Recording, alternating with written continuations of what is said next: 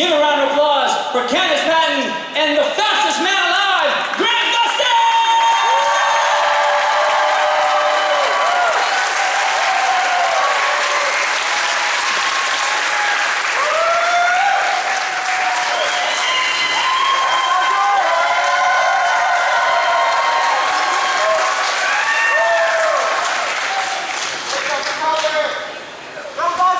Oh my goodness.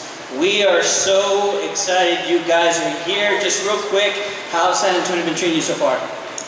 Good. Yeah, you know, when you do a convention, you know, everyone's really proud of their city, but you really see the airport, the hotel, and the convention center. So all those have been real nice. But yeah, it's been great. All right. I'm going to be watching the World Series in my hotel room, but thank you. You beat me to my first question, so wanted to ask you first, the most important question to you, Grant, how are your Dodgers going to fare in the World Series? Any Dodgers fans? Yeah, this is not a year that I thought we'd go on a run. We had a lot of injuries and the bullpen was struggling, but yeah, they look really good. So you don't want to jinx anything in baseball or sports in general, but you know, it's hard not to feel pretty good about how they look right now. I think they're 9-1 in the playoffs, so something like that. We're going to send good vibes your way, right guys? If there's any Blue Jay fans in the house, I apologize. We love the Blue Jays. In Vancouver, everyone's a Blue Jays fan, so I love the Blue Jays fans. But I want the Dodgers to win. I know I speak for a lot of folks in the house tonight, saying I grew up watching the original Flash series with John Wesley Shipp. You guys went above and beyond to not only create a show for your own, but also include the man, the myth, the legend, John himself. What did it mean to you, and how fulfilling was it to have the original Barry on the show, but also later on in the series, you guys put him back in his iconic red suit. And that, like, I think I screamed the loudest I ever screamed when he first put it on. Am I alone in this? Yeah, it was cool. I know it meant a lot to John, especially the last part, and him getting to have closure to that character, because he only got one season, and I think he thought he was going to get to do more back in the 90s, and so it meant a lot to him to get to put the suit back on and wrap it up in the way that he got to wrap it up. Yeah, it was always great to have John around. It was never, you could tell how much it meant to him, and I think early in our journeys, when you're just so deep in it gave us better perspective of how special it would be for us, 20, 30 years down the line. So yeah, looking back, I think now in hindsight, look at how John was probably looking at us like, you kids have no idea how lucky you are and how grateful you should be for this experience. And he always came in very humble and excited to be there, no ego about him. And he's also a phenomenal actor. Like, some of those scenes with Grant and him, just as son and father, are so powerful. And I think he was a part of that kind of like grounding family force on our show, which we really needed and appreciated him for. I know he's not here, but round of applause for the great John Wesley Shipp.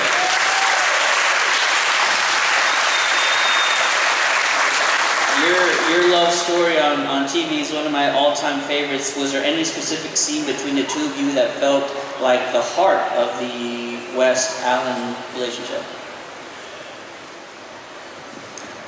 You know something? Do you ever recite lines to yourself? I don't remember a lot of lines, but the other day I was like in my car remembering this scene we had together. It's like, we are the flag. It was definitely not that one.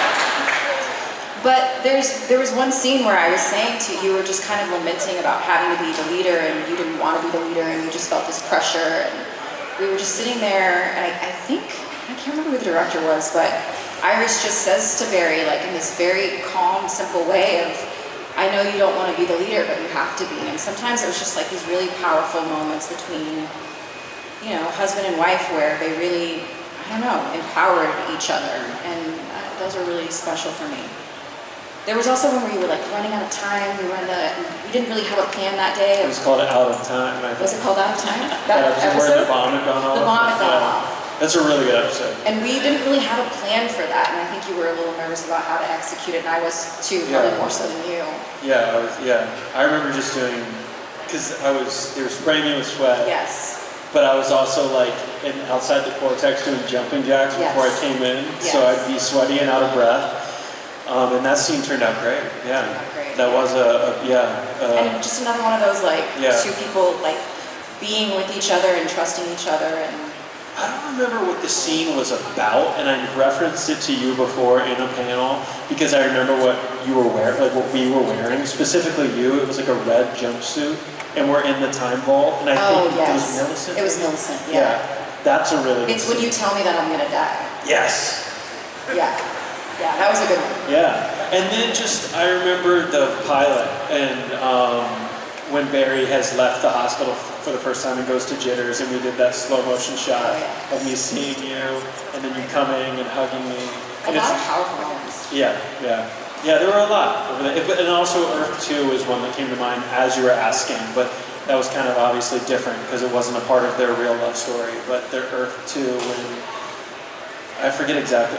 I have that phone call whenever I get to hear my mom's voice, and there were a lot of emotional moments over the years, emotionally charged moments. Favorite TV couple? Am I alone in this?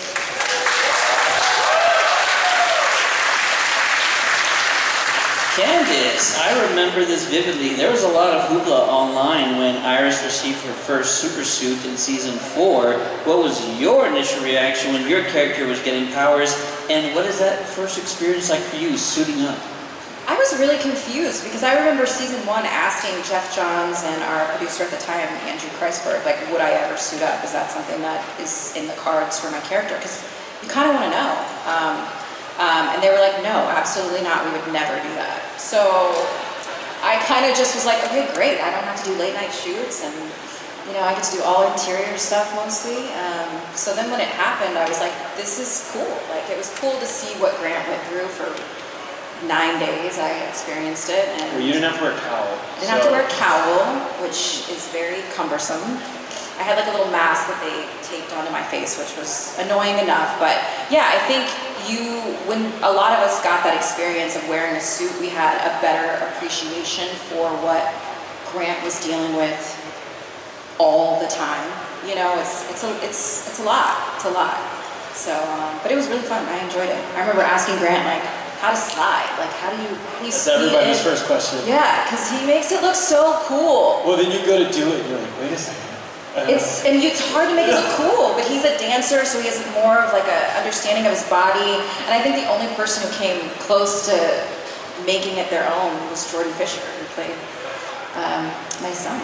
No, he definitely made it his own. He had a He swag never on asked it. me for any tips. He just did his own thing. Yeah. We have a bunch of fan questions. I'll get through a bunch if I can. Abby, where you at, Abby? Right over there on the side.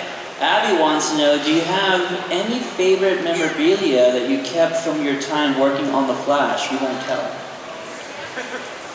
I've never outright said it at a panel. I say it one-on-one to people, but I feel like enough time has passed I won't get in Statute of trouble. limitations. We won't tell. Nobody's gonna tell. I have the very last suit I wore, they let me keep, so. You didn't know that? Wait, I think I did know that. Yeah, Can you say that? Is Warner Brothers going to be like... I don't know. I think they're about to get sold, so I don't... they might be like, we need it. I don't know. Yeah, I don't know what to do with it. It's just in a box, and I'm not going to like put it on a mannequin in my house, or like even a hanger feels weird. So it's just like disintegrating in a box right now. That's interesting. Yeah.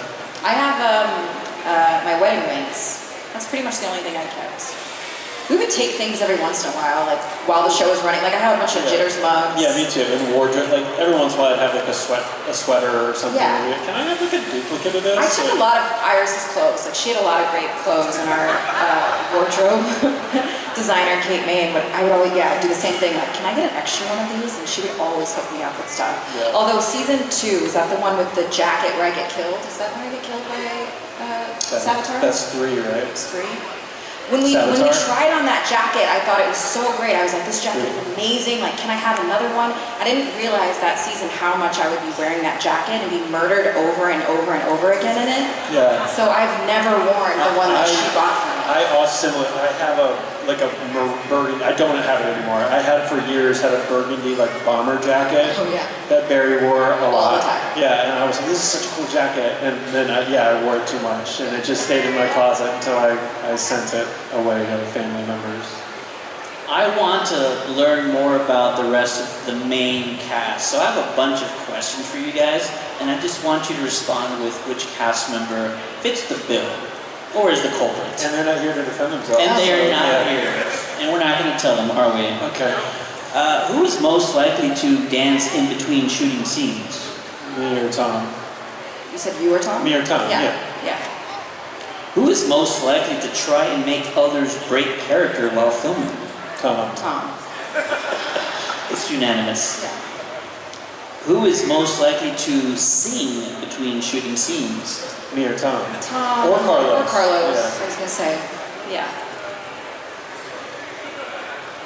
What was that? It was too good for the... Who has the best impressions of others or just impressions in general? Tom. Tom. Yeah. But Los is weird. Like Los has weird Does he tricks do in his impressions? bag. Yeah. But Tom, I'll go with Tom. I don't know that Toms are particularly like Good? incredible. Yeah. He'll do them. Yeah. He'll try. He'll do them. There you go. We already kind of talked about this one. Well, actually, other than you two, who else has taken something from set? Everybody. Jesse L. Martin. Yes. So he was He back. was the thief. He was back. He had no shame about it. He No, was like, I- I deserve this. One day, And I was like, go off, kid. we were on set, and it was like some warehouse type thing. And it was just me and him, and because it was like a police scene, and there was like a crime scene, and there was all these vintage books, and he found this like a collection of Shakespeare's plays that had come out in like I think it was published in the 20s, and the prop guy had to come to him and be like, you cannot take this. Like, it was worth probably like $2,000 or $3,000. And he was like, this cannot leave set. And I think all day it probably did leave set. I mean, a lot of my gifts, like the mugs from Jitters, like I didn't take them. I was gifted them by Jesse. Or like little things would be like, yeah, I feel like you should have this. I'm like, you're right, I should. That is Deserved I it. deserve this. Thanks, Dad. Who is the best at karaoke? Carlos. Jesse. I hate karaoke. How are you the best at it? I think there's a number of components to it because you might not be the best singer, but you might have the best presentation of a song. Carlos. We're new at Carlos. Okay. And what's his go-to song? I mean, I've never seen him do karaoke, so I just, his voice is so good, and he has a way of having no inhibition, so I'm gonna go with Carlos. This next question is from Michaela. Michaela, where are you at? Right here in the front. She would like to know, actually, this is a question for you, Candice. Which death in The Flash affected you the most? Which death? My own. I was like, am I coming back?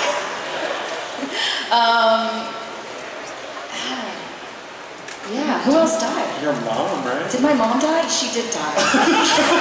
Guys, that scene was so hard to shoot. I was laughing the whole time, like, oh. I mean, it was like her second episode, right? Yeah, she'd only done like a couple episodes and like, I just couldn't, I don't know, I just was laughing. Like, I don't know you. I didn't know her, I mean, she was an incredible actress, she was very good. I got just, to work with her. she was great, she was amazing, nothing against her. I just don't know what it was, I just found it hilarious. Yeah, but my mom did die. Yeah. Nora disappeared too, like that counts, right? That's the one that got me the most, I think. Your daughter. She died? She die? I mean, she vanished. I'm gonna watch the show. So I promise. It's called The Flash. I'm gonna check it out. You can find all the seasons on Netflix right now. Copy that. I believe this is either Dean or Dan. Way over there you go. Would you, I'll change this a little bit if that's okay. Would you ever reprise your role for a future project, either as the Flash or a kind of extended member of the Flash family? Yeah, I would love to. What about you? Yeah, I think if enough time has passed from the show that it felt special and not like a desperate thing or just, yeah, I feel like enough time would have to pass, but yeah, for sure. What are some of your fondest memories from the first crossover with the Arrowcast and Supergirl herself, Melissa Benoist? Honestly, that first one, like, probably... No, actually, this had really nothing to do with the actual crossover. The memory I remember the most, and I think about it often, was we were shooting a scene where we're in the alley and Flash and Arrow are fighting each other. But that scene took a long time. I had shot other things that whole day, and then we came for Flash, I think, and then we came and we blocked that scene, and then we broke for lunch, and lunch sometimes can happen at like 8 p.m. because we had a night shoot that night, so I think it was at 8 p.m.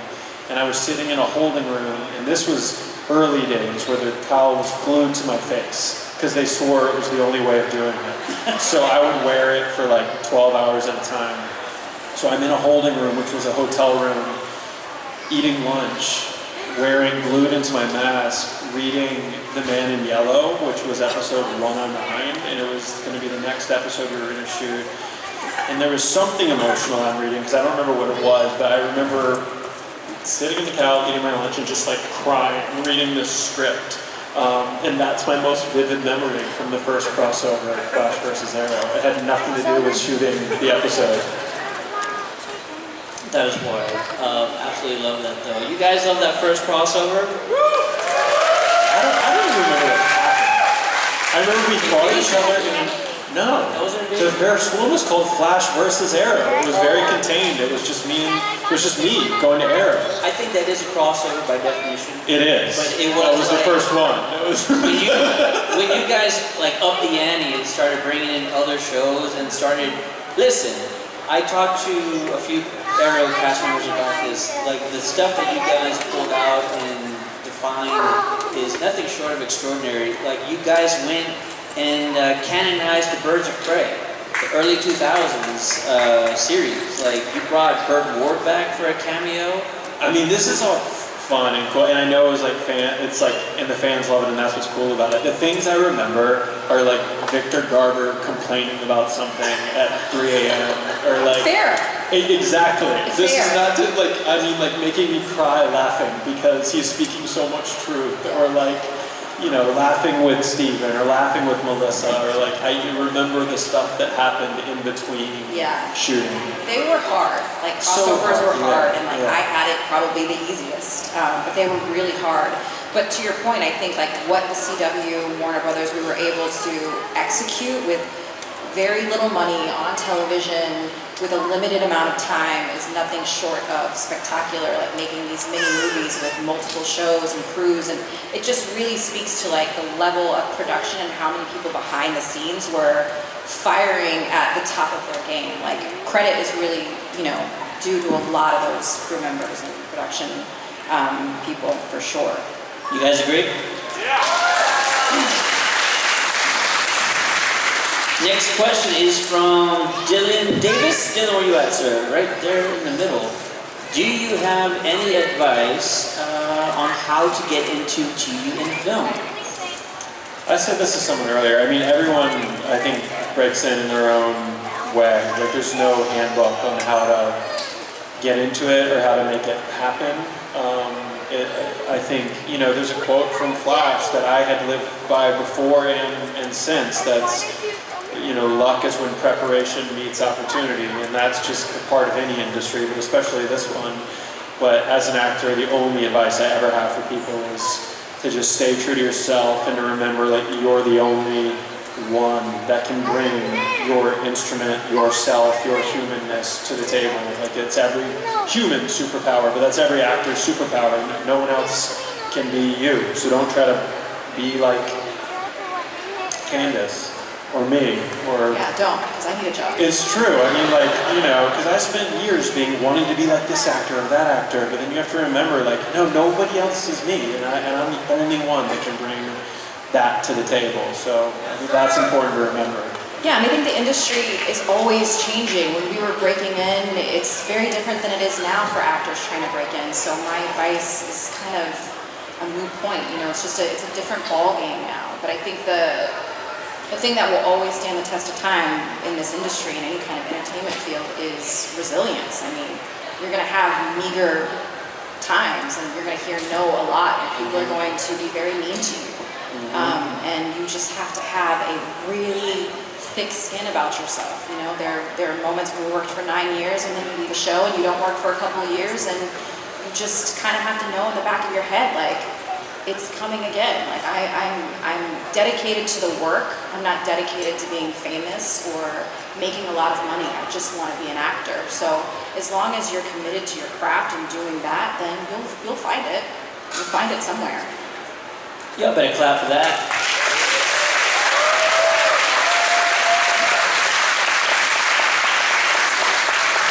This next question is from Nick. Nick, where you at, sir? Right there. Nick would like to know which non-Flash show character was your favorite to work alongside? Always such a touchy question. There's so many. Great. It's true, just like throw a dart and pick. Yeah. I mean, I often say Ramsey. Oh, he's so fun. Diggle. Well, I mean... Sure. I mean, Victor, I count. I know Victor technically was introduced on our show, but he was really a Legends actor. Yeah. And Victor was always one of my favorite people to work with. You know, Steven and I had a really special dynamic, just because we were so different and brought very different things to the table, like we were just talking about. So that was, I don't know, it was always fun to work with different people and We had a lot of great guest stars, a lot of really talented actors who've also continued to go on and do their own thing and become even bigger than the show. They were on the show with us. We were really lucky to work opposite a lot of really talented people, which I think just made our show even better. I think so much of our show, like yes, the Barry and Iris dynamic and the Star Labs dynamic is really great, but so much of our show is the villains and the guest stars who made every episode worth like tuning into. So, I mean, we just had an arsenal of actors. I just got to go say hi to Michael Ironside, who we had as Snart's dad, and I hadn't seen him since we shot that episode. Yeah. So I went and said hi to him, because he was one that we had on where I was like, holy crap, we have Michael Ironside. I mean, we had Mark Hamill. And Trejo. Vinny Trejo. I mean, it's crazy, some of the people we had on the show.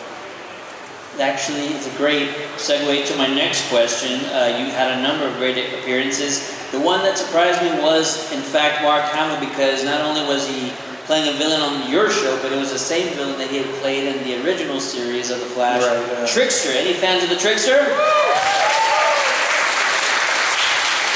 What do you most remember from those shoots, and what's something that really surprised you from working with Mark? He was intense, kind of. Like, I mean, he's a really nice guy, and then after that first episode, though, I was like, whoa, he's like kind of intense. Like, he was in that jail cell, and I mean, I will fast forward since then. Like, I saw I know who he really is and his warm side, and he's just like this sweet guy who's been in the industry for a really long time and has seen it all, and it's just kind of a family guy and a really nice guy. But my first experience with him was like a scene we were shooting with Jesse and I at Iron Heights, and he was in this cell, and he was like put himself in lotus position on this chair and was like pacing and talking to himself, and I don't know if he was nervous or just like really in character, because I just remember him not like small talking a lot and like really being focused on what he was going to do. And the scene he was shooting was like intense. He was like playing this like maniacal, crazy person in the scene, and it was the first time we were introducing him on our show. So I was just like, I didn't know. I was just like, I'm about to work with Luke Skywalker, and like I was like so excited.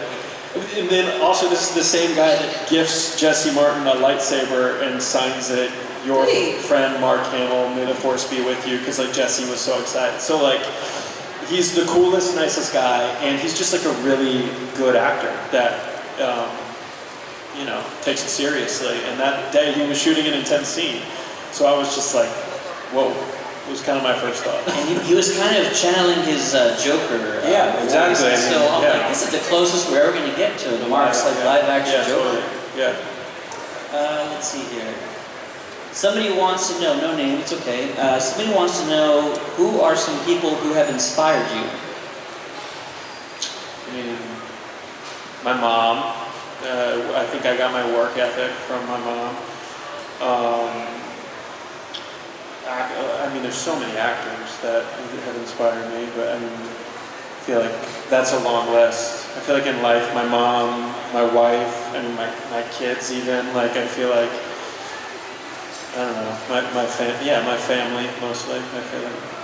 Yeah, I would say the same. I feel like, you know, everyone gets a certain legs up in life, and I think one of the biggest legs up I had was having the parents that I had who supported my dreams endlessly, and that's definitely a privilege for sure. You know, I have a son now, I'm a mom, and that has reignited me in a way. It's like I'm more passionate about going back to acting because I want him to see me working. I want him to know that his mom cares about something and is passionate about something.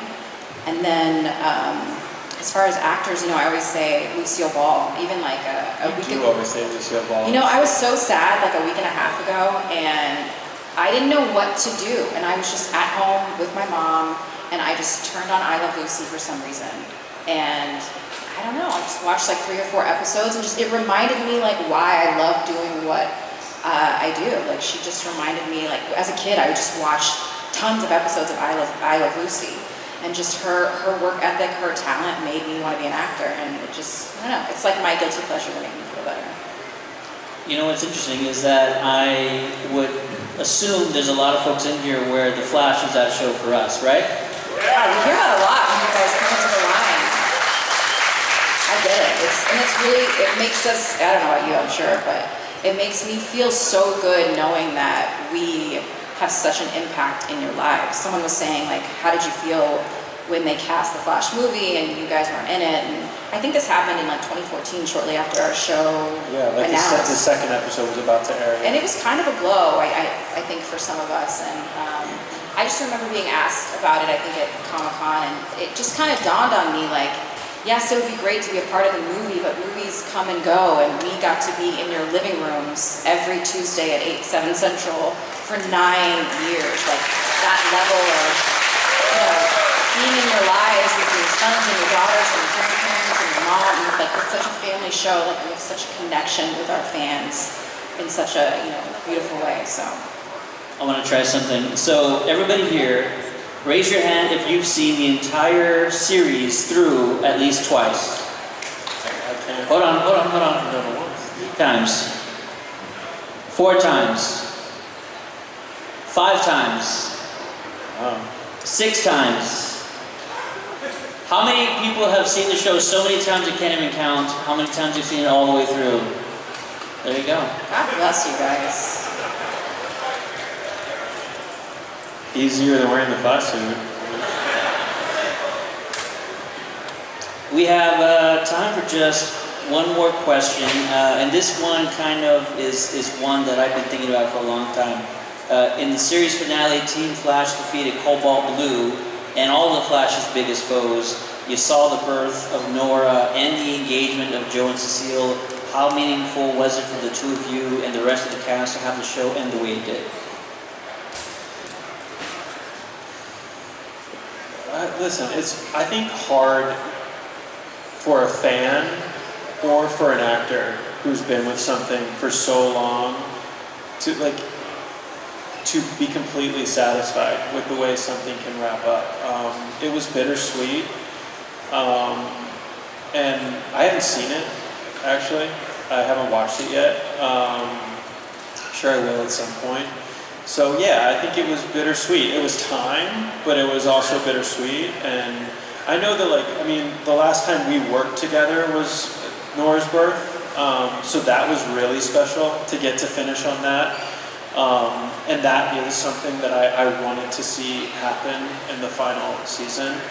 And that was a really funny day. It was a really emotional day. It was so emotional. I told Candice, we've talked about this story now, so I told Candice that the baby was, it was a birth scene, so the baby was naked.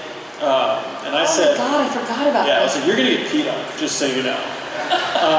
Because at this point, my daughter was, I don't know, at least one. When the show finished, she was 1.5, I think, when the show finished, something like that.